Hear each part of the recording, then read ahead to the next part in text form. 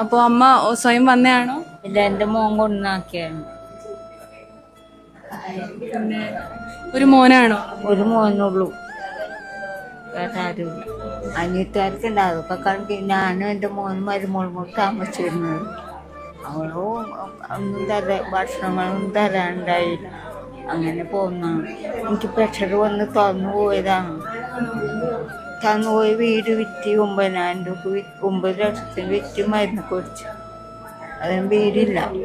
വിളിക്കാറുണ്ടോ അമ്മ? ആരെങ്കിലും അവര് വിളിക്കുവോ? മോനും മനസ്സിൽ ആരും വിളിക്കില്ല. മോൻ ഒരു വന്നിട്ട് ഞാൻ വരാൻ വേണ്ടി പോയിട്ട് പിന്നെ വന്നിട്ടില്ല. കാണാൻ ആഗ്രഹിക്കുന്നുണ്ടോ? എനിക്കുണ്ട്, കണ്ടിട്ട് അവര് വന്നില്ല. വിഷമിക്കണ്ട. അമ്മ ഇപ്പൊ ഭക്ഷണം കഴിക്കാറുണ്ടോ?